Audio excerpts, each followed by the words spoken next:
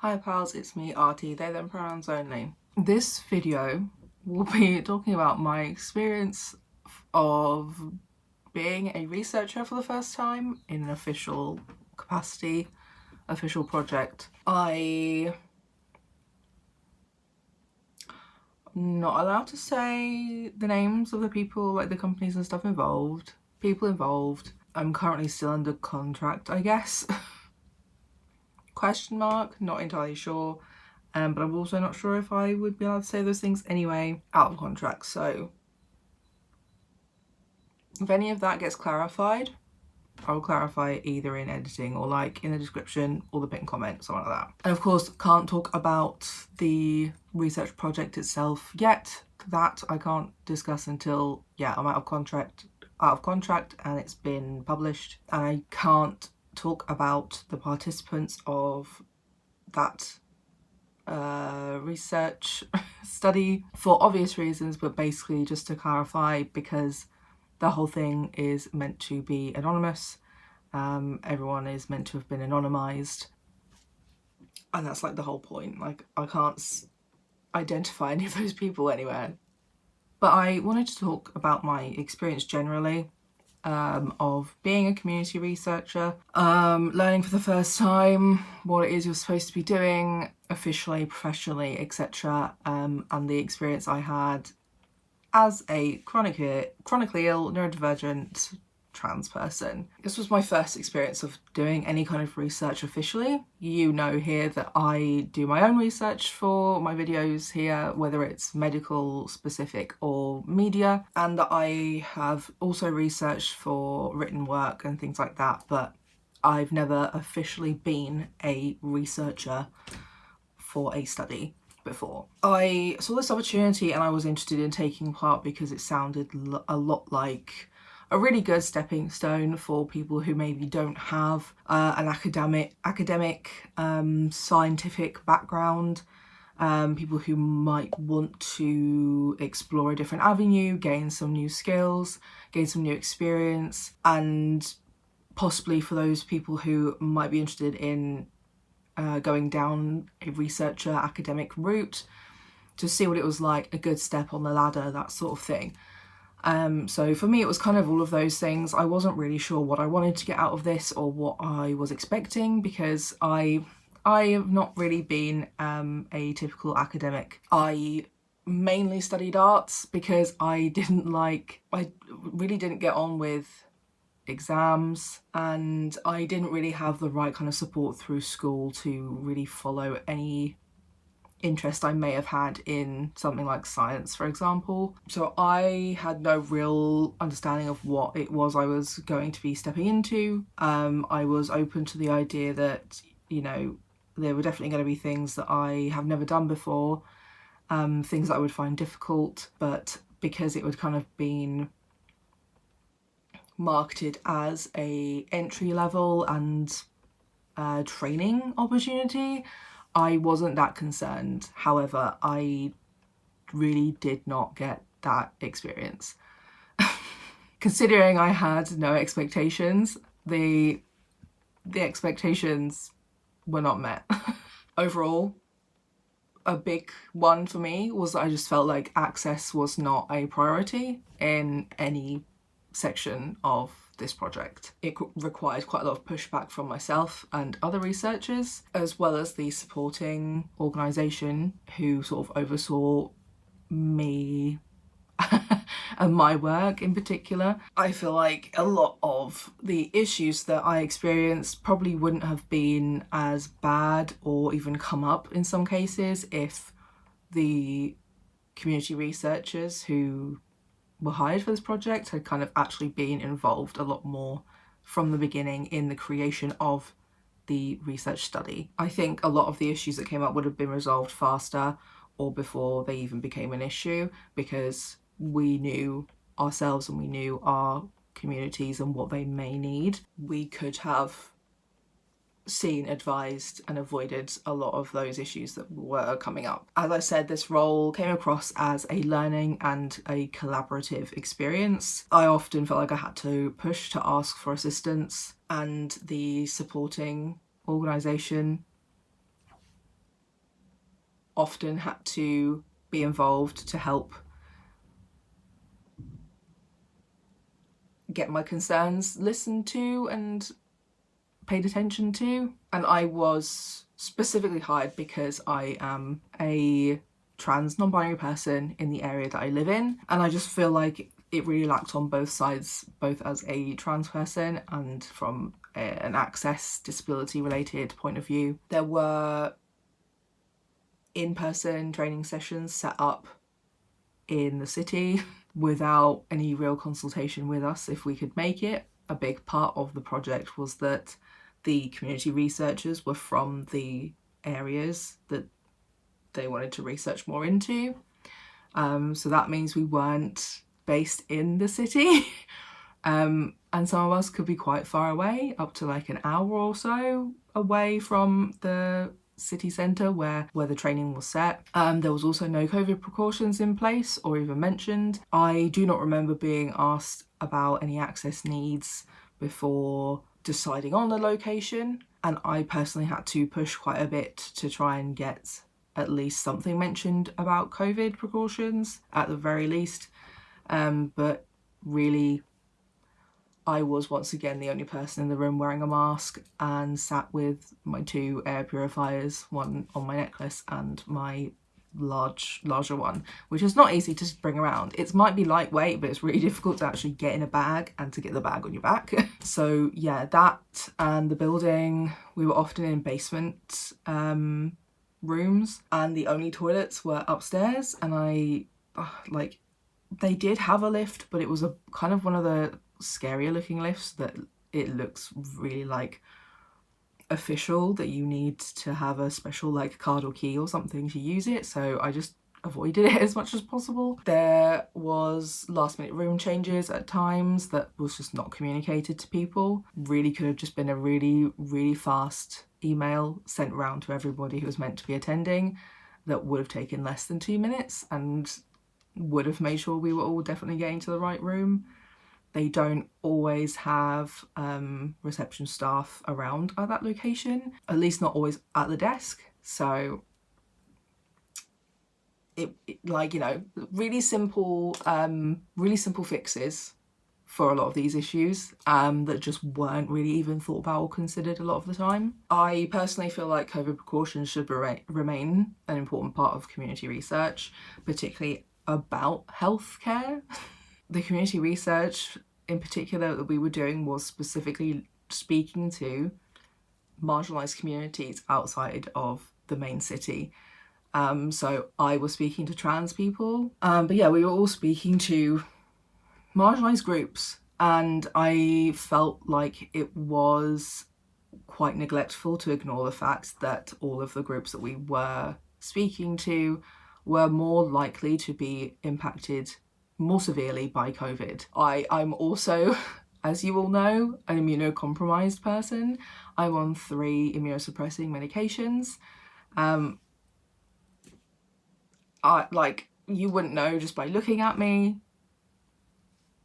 but that was also something that wasn't really asked or thought about or addressed. We know from other research that marginalised groups, particularly the more multiply marginalised you are, the more likely it is that you are to contract COVID. You're more likely to become seriously ill from it and more likely to be unable to take time off work to recover, and also more likely to have worse outcomes like becoming severely disabled or die. So I do not feel like the safety of all participants, so the people we were interviewing, or all of the researchers or members of staff around as well, I don't believe the safety of everybody was really taken into account for this research study. It seemed to me that there hadn't been enough training taken on by the people leading the project overall to be aware of these things already mentioned so far. I don't think that they even had the training to be more aware of issues relating to somebody's gender either. There were a few times where I witnessed someone being misgendered when they weren't there. I didn't even realise at the time who they meant because they'd misgendered them. I thought it was somebody else I'd never met before, because this project, I think I literally only ever met maybe one person in it before. and that was the person who was part of the supporting organisation who was overseeing my work. Everybody else was a complete stranger to me. Lots of new names, lots of new faces. There were quite a few instances of 2 trans people being called each other's names multiple times. It was me. It was my name. I was often called this other person's name, and they were often called my name. We look nothing alike. Our names are not even slightly similar. I'm not really sure what the confusion was.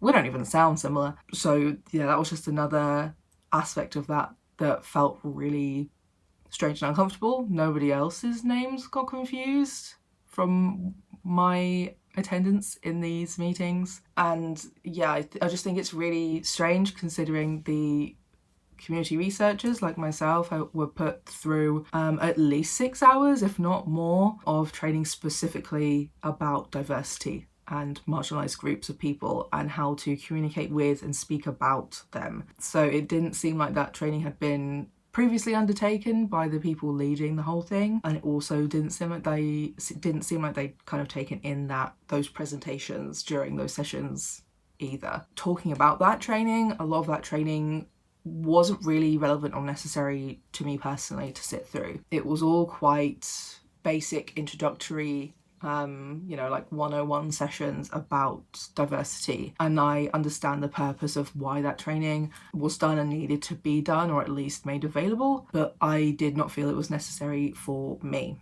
Also, my participants did end up being people very similar to myself, so yeah, just a lot of the training was unnecessary for me personally, probably for other people in that room too, and just kind of took up a lot of time that we didn't really have for this project. We were due to start middle of January this year, and to finish sort of mid-March-ish. And this was supposed to be a project that introduced and trained new researchers with researching skills, and much of that was not really addressed. But yeah, considering we had all of these training sessions on diversity, there was actually next to nothing on disability at all. There was one mention of disability within a presentation about trans people, trans and queer people, I'm pretty sure, but there was no specific training on disability, whether it's physical disability, mental illness, neurodivergence generally, learning disabilities, chronic illness.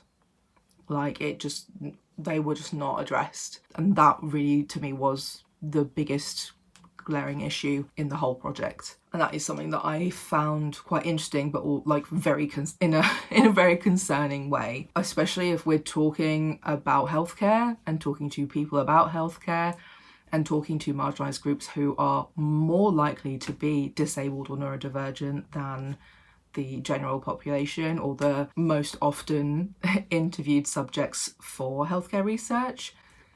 It is cis white men and sometimes cis white women who usually are not disabled or only have a particular disability or illness because of what study they're in. It, again, is like the COVID thing, just seems like a real glaring issue. I don't know how that was so severely missed. Yes, I do, but from a healthcare researching point of view, I don't know how that was just completely forgotten about the whole way through. That was something I had to advocate about and for a lot throughout this project. When it comes to the training on the research skills, I feel like it really lacked. For me, I brought up concerns quite early that the timeline we had was very short. Like I said, mid to end January until mid-ish March. I didn't feel like we would get through all of the training we actually needed, plus the actual collaboration aspect, before the date the interviews were expected to begin.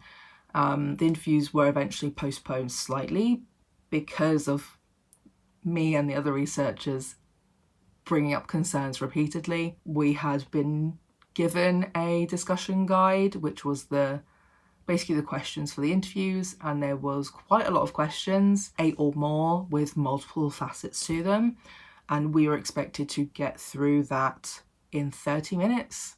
And much of those questions were just not on the topic that not on the topic that I signed up to be a researcher on. But besides that as well, the training generally just didn't seem to cover important skills, important research skills. Many of those sessions, we had to skim over the researcher aspects due to overrunning in the other diversity related trainings and not planning enough time for all the training deemed necessary. I feel like the people with no experience, i.e. myself, of research, and people who were not academic were just not really supported by the main leaders of the project, as we were kind of just expected to just know what to do for getting access needs again, and also experience levels entirely. There were definitely a few points where it was just sort of like, oh, this is where you would use your researcher skills, and it's like, well, what are those skills? Because I don't know. I'm autistic. You can't just tell me insert skills here and expect me to know what those skills are when you've not explicitly told me. And I've had no training before, so. And that leads into the fact that the communication generally throughout the project was poor on many levels from many people. For a starter, I have no idea who most of the people involved in this project were. I didn't know what exactly their role was in this project. Didn't know who they were associated with half the time. That was never really fully explained to me properly. If I did miss, I think, the first half or third of the first in-person training session. If I missed that, someone should have caught that up with me, but they didn't. I often felt more confused after training sessions, whether they were in person or virtually, and then would have to spend that next week trying to work out what it was that I was meant to be doing, trying to understand what was relevant for me and more about my part in this project. That also then put a lot more work on the organisation who were supporting me specifically. They ended up doing a lot more than they probably were supposed to be doing, to be honest. A lot of this wasn't helped by masses of physical and digital documents. I was sent so many emails that I just could not keep track of what the emails were about, what they were for, what these documents were, physically or digitally. And there was one point when I went through the physical documents and it seemed like I didn't actually need any of them. They didn't say anything useful or relevant to what I needed to do. And many of those digital documents initially were just the slides from the presentations, which most people know presentation slides aren't that helpful for learning detail. They're useful for helping to summarize what it was that was talked about, but slides only have short and small pieces of information on, because you're supposed to either speak from memory or read from a card. It's more of like a visual assist rather than like a fully detailed document. So a lot of the things that they sent just didn't really say anything, didn't say a lot of the things that they did say out loud that I actually would have needed to read more about. There was also the fact that a lot of documents and emails were sent that were just not related to the projects at all. There was kind of this vibe to me that came across that they were trying to recruit people for other research projects through doing this research project, which is not what I signed up for. That is not what my contract said, and just added more confusion, because it felt like I was low-key part of an MLM that I was expected to recruit 5 other people before I could get my Porsche. You know what I mean? And then yeah, back on that whole it wasn't really explained very well who was involved in this project. I did not know I was waiting for someone to contact me from a different organisation until the supporting organisation told me or mentioned it to me. Nobody had said that to me until it was like, oh, we've been waiting for this. Have you heard from them? And I was like, I don't even know who they are.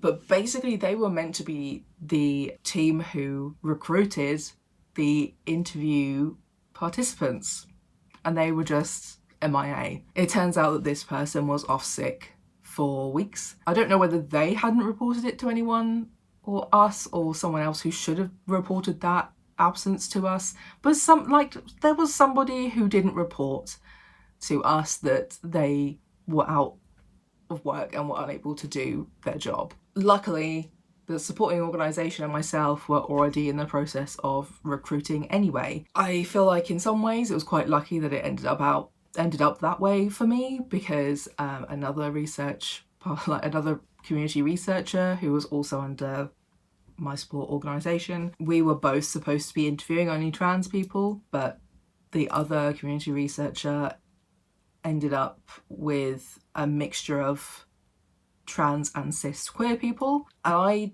I just don't know how that happened. I just don't understand how that happened when the point of this project was people from certain communities were going to be interviewing people only from those communities. So we had trans people, but there was also LGBTQ plus people, for example. There were other people interviewing queer people generally. I just don't know how that happened, and that's something that still boggles my mind today. I didn't even think about it until somebody brought it up as well, because I was like, oh, we've been brought on for this purpose. No way would they mess that one up. But however, they did. So I feel like at least we had control over who the participants were in the end, and they were all trans. But I feel like as well, because of the short time span and the fact that a lot of other things just weren't communicated, we didn't have a lot of time to actually find and recruit the people for interviews. The collaboration I expected to happen and did not happen was I expected to be more involved in creating the questions for the interview, working out what a suitable time frame would be, agreeing on what spaces were okay to use. The collaboration, like I said earlier, we were just sort of given the questions and just sort of told to do things in a certain way, and it required a lot of pushback from me and the other researchers, as well as our separate supporting organisations, before any changes really happened. I flagged issues with the questions quite early. I'd flagged it a few times, to be honest, because we had a few different versions of the questions initially. Like I said, I expected to be more directly involved with that, to be creating questions that would suit all participants, because as well, other researchers were speaking to minority ethnic groups of people as well, or people who didn't speak English as a first language, and those would be the groups of people that I know least about when it comes to appropriate ways of speaking to or about them. Like I said, I ended up with all participants who were just very similar to me, so it wasn't really something I needed to worry too much about in the end.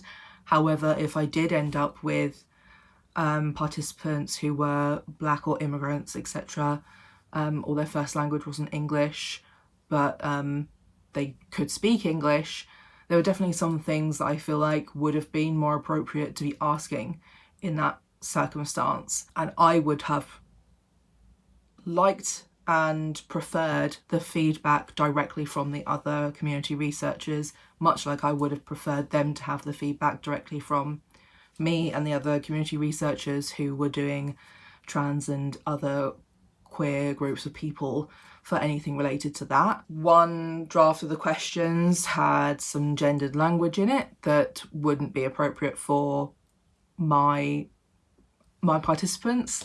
I didn't know if there would be trans men, trans women, non-binary, or whatever other fun flexibility there is in gender, but I knew that it wouldn't be appropriate for them because it was very much pigeonholing certain kinds of care as only certain genders. Like I said, I really thought that we would get the chance to vet and edit these questions, but we kind of weren't we weren't really being offered that opportunity. We really had to push for it. Generally, there were too many questions, like I said earlier, to fit into 30 minutes.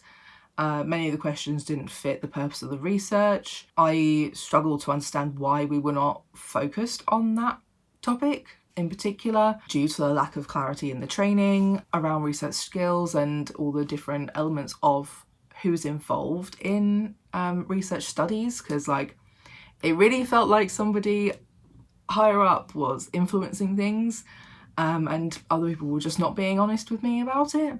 I also then feel like I missed out generally on learning more about researching skills because I was not able to actively participate in creating the study, or at least creating more of the content within the study that would be used. So one example is that I really couldn't understand the difference between leading questions and clarifying questions. Still not entirely sure on that point. And I feel like a lot of that would have been addressed and sorted out, and I would have learned a lot better being actively involved in creating those questions, because we were just kind of handed the questions initially. Eventually we did sort that out as the trans team. We spoke to one of the people leading the project, me, the other community researcher, and our supporting organisation, and basically rewrote the entire thing. They also said that the discussion guide was, like the original one, was very confusing anyway. So what we did was really cut it down to bare bones, and we did end up getting the interviews extended to 45 minutes up, and that was roughly what my interviews ended up being, about 45 minutes each. Depending on how much people had to say about each of the questions, and they ended up separated into 3 clear sections, which made a lot more sense to my brain generally, and also clarified what this last section was, which was basically providing draft examples of real research studies going on to receive feedback.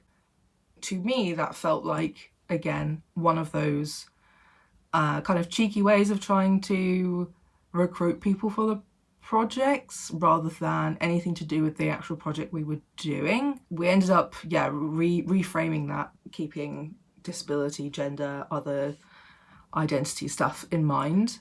Someone asked me what the issue was with that, and I was like, the main issue I have with that is just the lack of transparency. If you're kind of doing it for the purpose of trying to recruit some extra people, then say that, but it felt like really shoehorning in this particular activity for relevance. In the end, I stopped attending the training sessions due to the issues I've mentioned before, as well as my general health as well. I felt like I was not really learning anything helpful. I was wasting my time and energy generally, but also wasting my paid hours.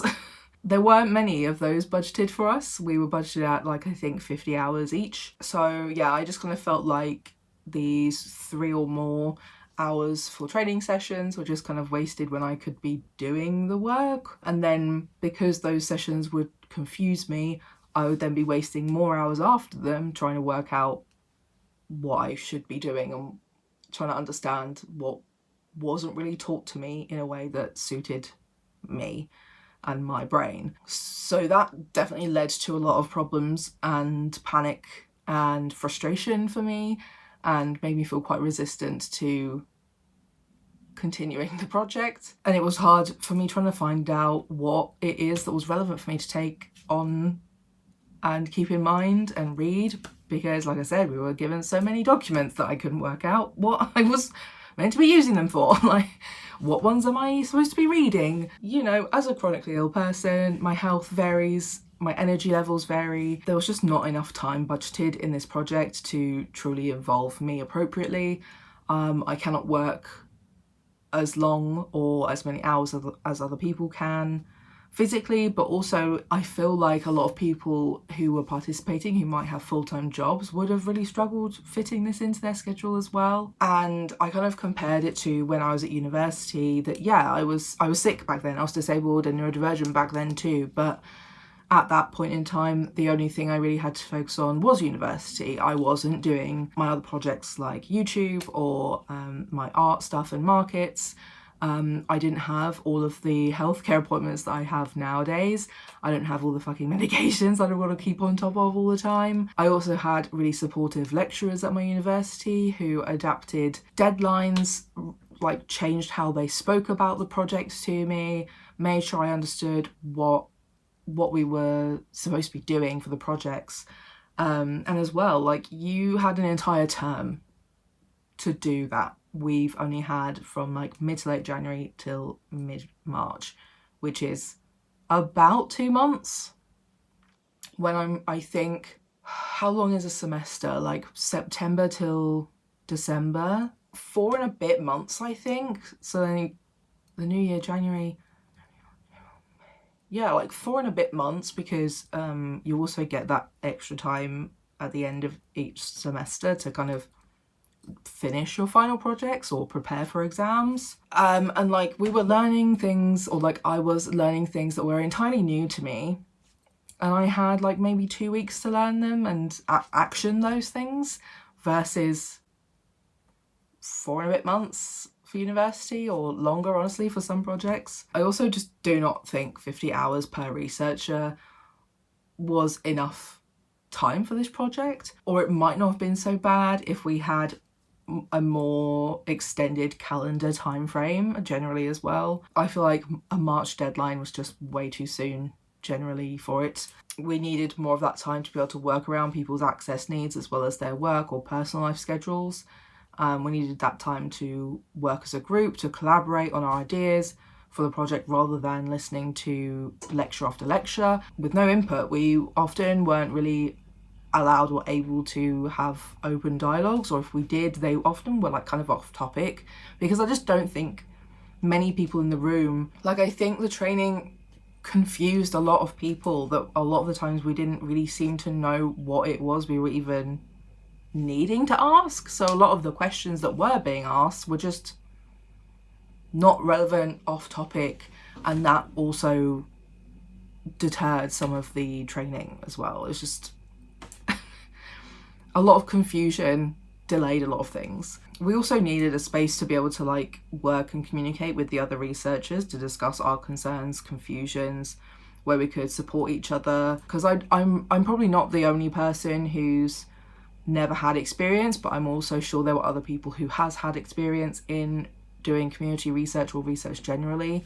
It would have been a lot better if we could have shared the concerns and shared those understanding, experience, etc. But there was just nowhere to do it.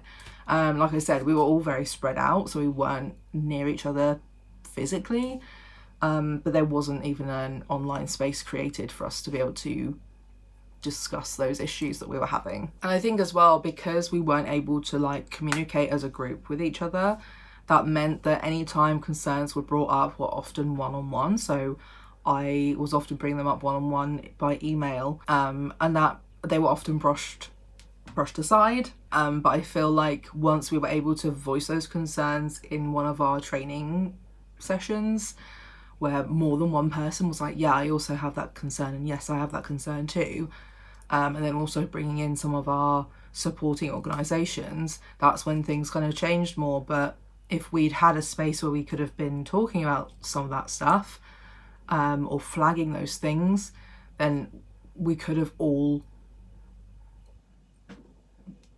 band together to get those concerns addressed sooner. Whereas it felt like, because it was one person bringing it up initially, that it wasn't that important to listen to or think about. I think, yeah, the researchers spent a lot of time advocating for ourselves, but also for our future participants, as there was a real lack of intersectionality and inclusion thought about in all stages of this setup for this research project. This would not have been so damaging to timing and completion if the researchers were involved in these things from the start and we had used our training time more appropriately.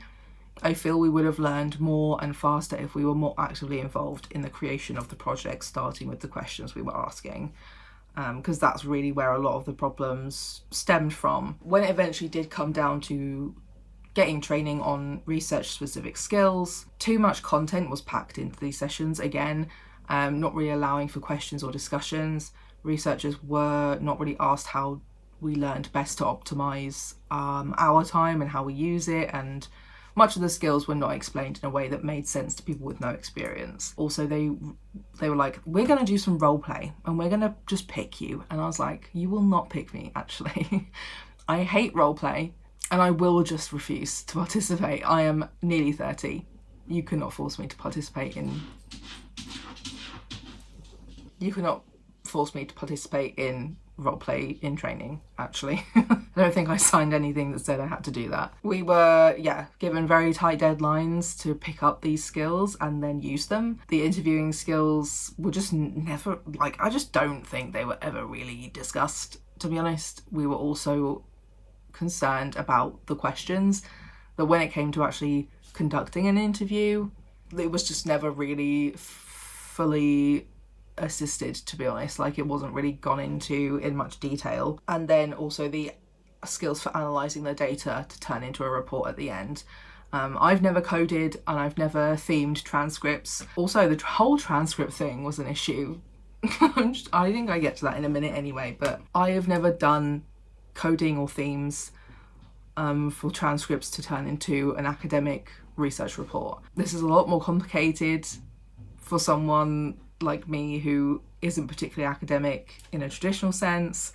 I'm neurodivergent. ADHD, autism, dyslexia in particular affect my ability to learn and how I learn, but also my chronic illness impacting things like brain fog, cognitive dysfunction, and the literal physical ability to fit all of that into such a short time frame. It was just not that straightforward to write the report from that, or even to code and theme to then write the report from that. I needed a lot of extra assistance from the support organisation. I don't think I could recreate a report in the right style even now, and I've completed a report.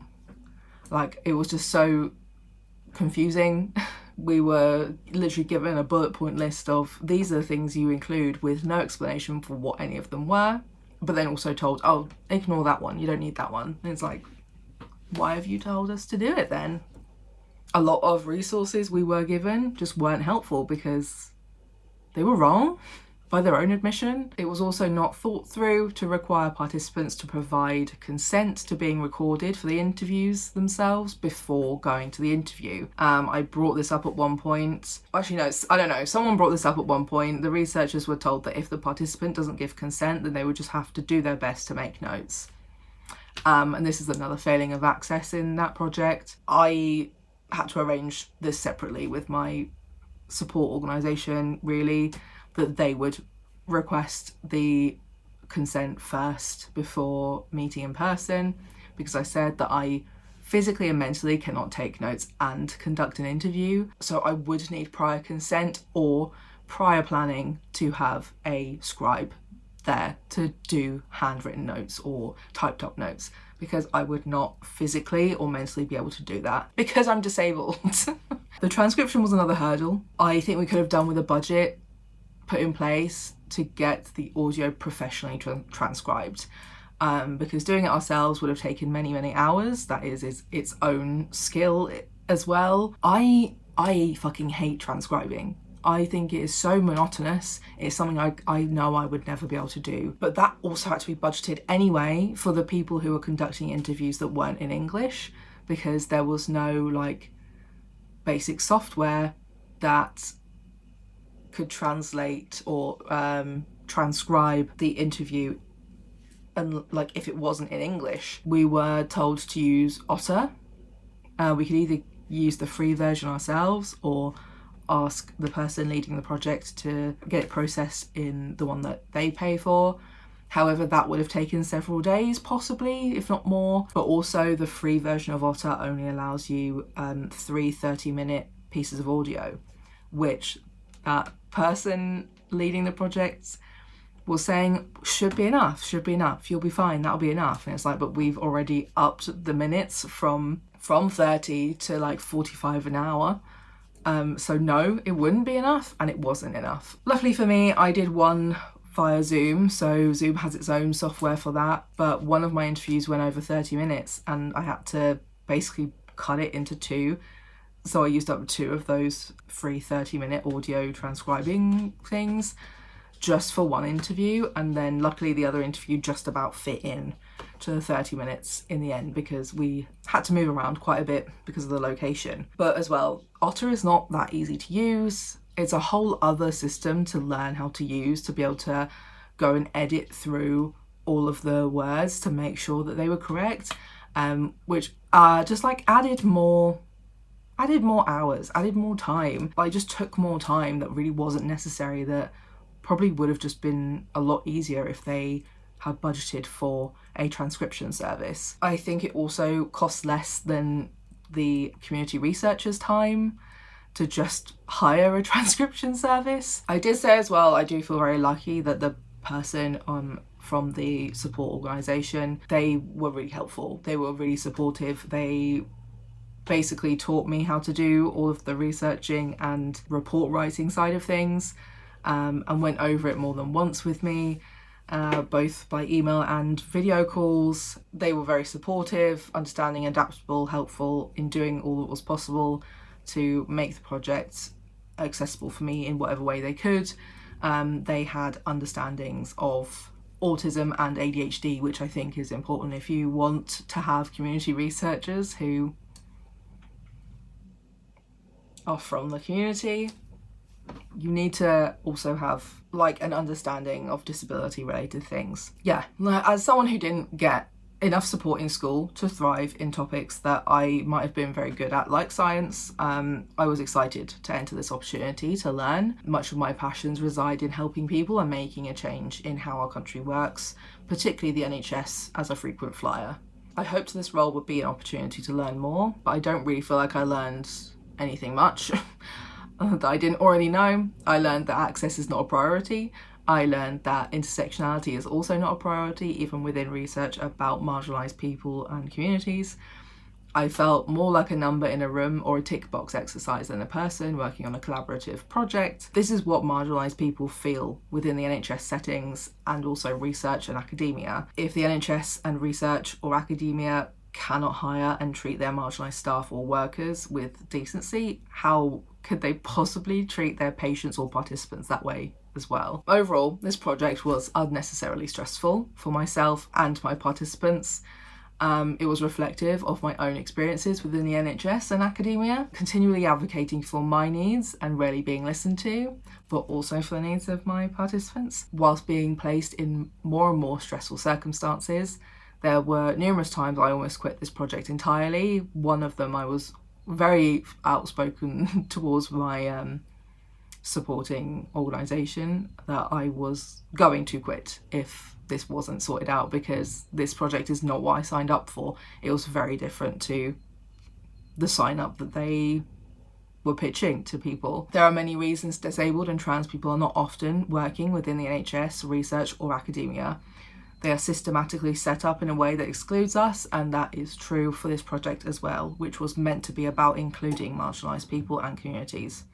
I have a lot of things to say and a lot of thoughts on how we can improve the NHS, research and academia, but are you willing to listen? So that was my experience of being a community researcher for the first time ever, officially. If you have any questions, feel free to leave them in the comments down below. Leave a like on this video, subscribe if you haven't already, and share my videos if you think other people would enjoy or find them interesting. Yeah, I came out of this generally knowing that this is pretty typical for research. I've got a few friends who did or were doing or are doing PhDs or other kinds of research jobs and roles, and have all had very similar experiences, even if they are based around people like them.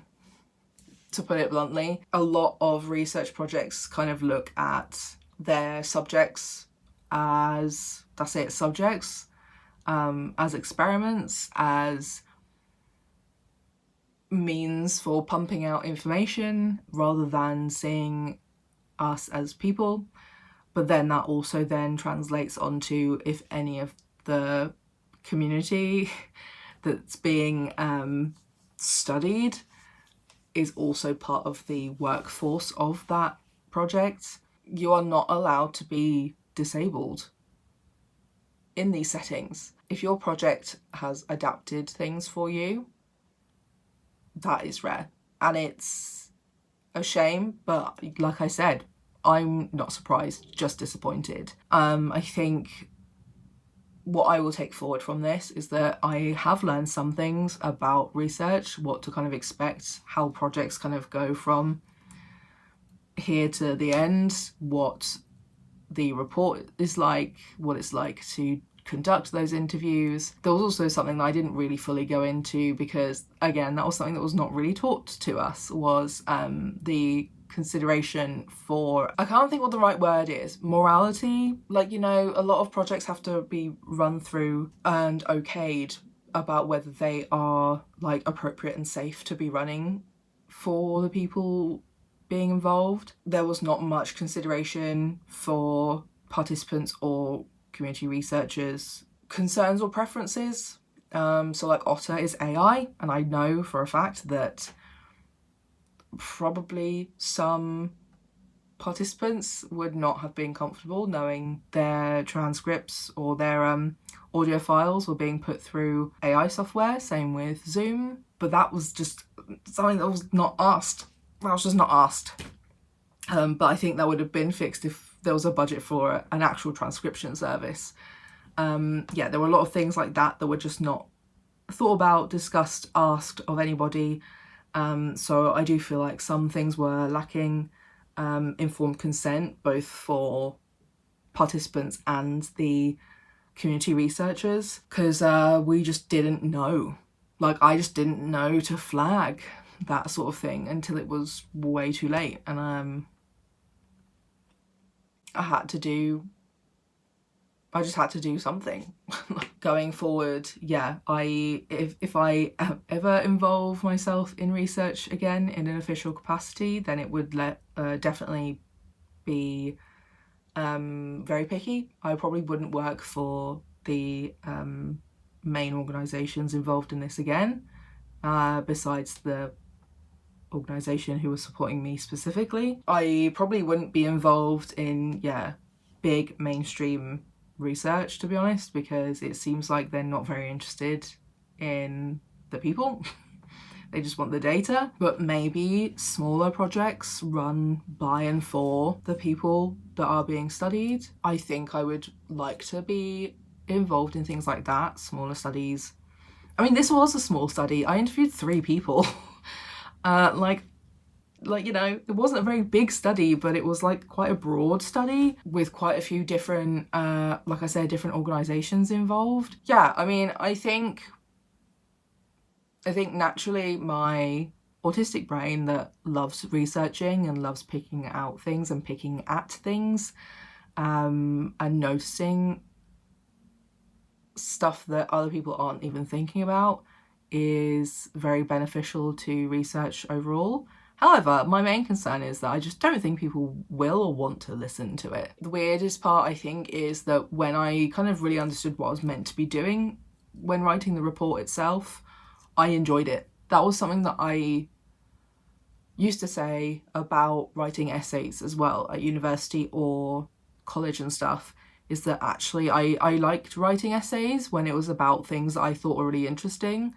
So it's kind of just the same thing as that. It's just, I was just writing an essay in a different kind of format about something that was interesting to me, particularly putting the interview point of views into context. Really great way to put my ADHD and autism brain into work, because I know lots of things about the stuff that came up and relevant things about this location, which is like, you know, the point of the study. And I wrote more than I was supposed to write.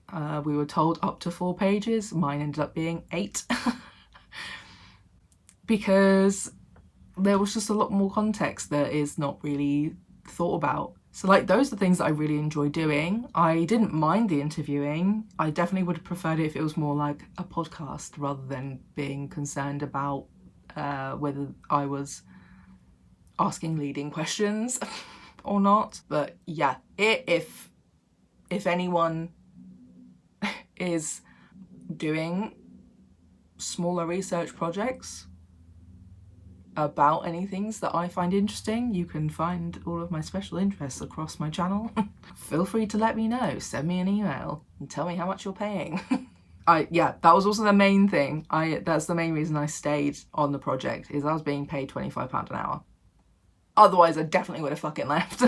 So yeah, that was my experience. Very unfortunate, to be honest, but hey, it's over with now. I'm gonna move on with my life, but this is something I wanted to share because I don't think this is talked about enough. I don't think people are allowed to talk about bad experiences in academia because they get blacklisted. Luckily for me, I don't care because I don't plan to go into academia. The right people won't give a shit either, and they will still hire me. Yeah, I just don't like this idea generally that we're not allowed to talk negatively of these kinds of experiences and give feedback on how to improve it. But also I don't like the pretending to care from some of these organisations, that they might hire consultants, or they might accept your feedback and be like, I'm so sorry that happened to you, I'm so sorry that this was your experience of this project, and then do nothing about it. That's quite common.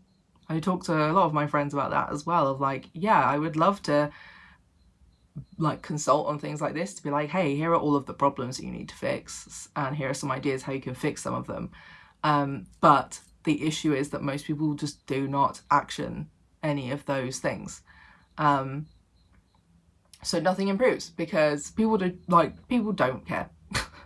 So yeah, I am in my traumatise them back era for most organisations who are not giving me a good time.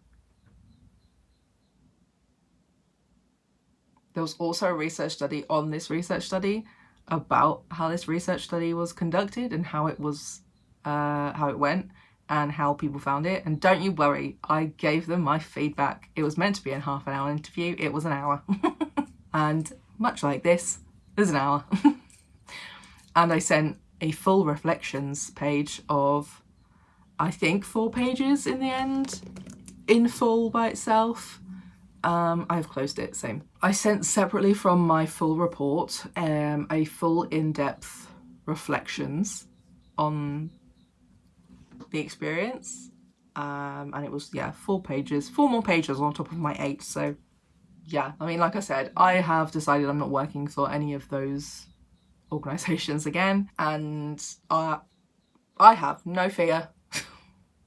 Now I'm on propranolol and in my steps course group thing, I have no fear. If anything, both of them have made me more unhinged, so good luck, world. Good luck, world. Got me to deal with now. Anyway. Yeah, look forward to more of that kind of content as well about the NHS and all my complaints I've been making, because I have a lot to fucking say. Anyway, that's the end of my video, and I will see you next week. Bye.